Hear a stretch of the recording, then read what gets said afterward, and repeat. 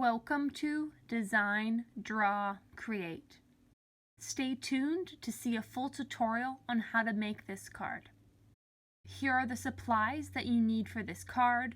All of the specific items that I've used will be linked down below.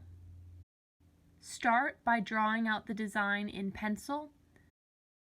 To start, I laid out 2 rhinestones marking the top and the bottom of each candles so I could get a sense of what colors I wanted where.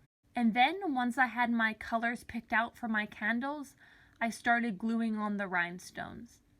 I started at the base with 1 candle and I started working my way up.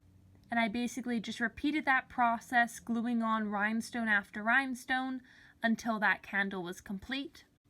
And then I simply repeated that process for all of the remaining candles. So the next candle I had decided I wanted to be pink, so I kept gluing on pink rhinestones until I had completed that candle, and I continued on until I'd finished with all of the candles.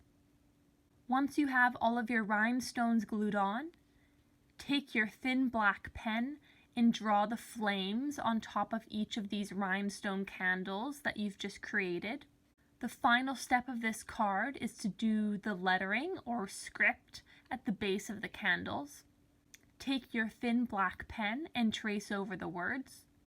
I decided to go over everything for a second time just to thicken up the letters slightly. And as a final step, I took my eraser and erased any remaining pencil lines. And once you've done that and any other final touch-ups you want to do, this card is complete. This card is actually really simple to make. It does take a bit of time to glue on all of the rhinestones to create the candles, but it gives a really impressive effect. I hope you enjoyed this tutorial and try making this card yourself. Thanks for watching.